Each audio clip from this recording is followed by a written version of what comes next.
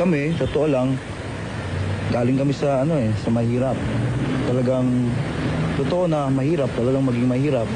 So, kailangan ilabas mo yung kung ano yung nararamdaman mo bilang mahirap.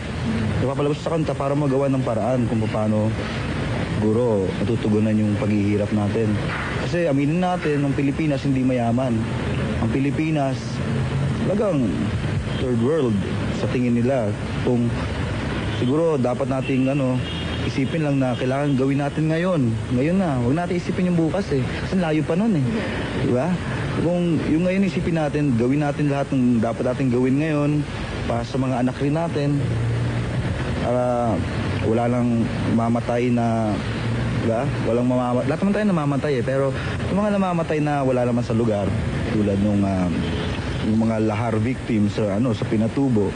Ganyan, namamatay sila dahil wala silang rasyon ng pagkain.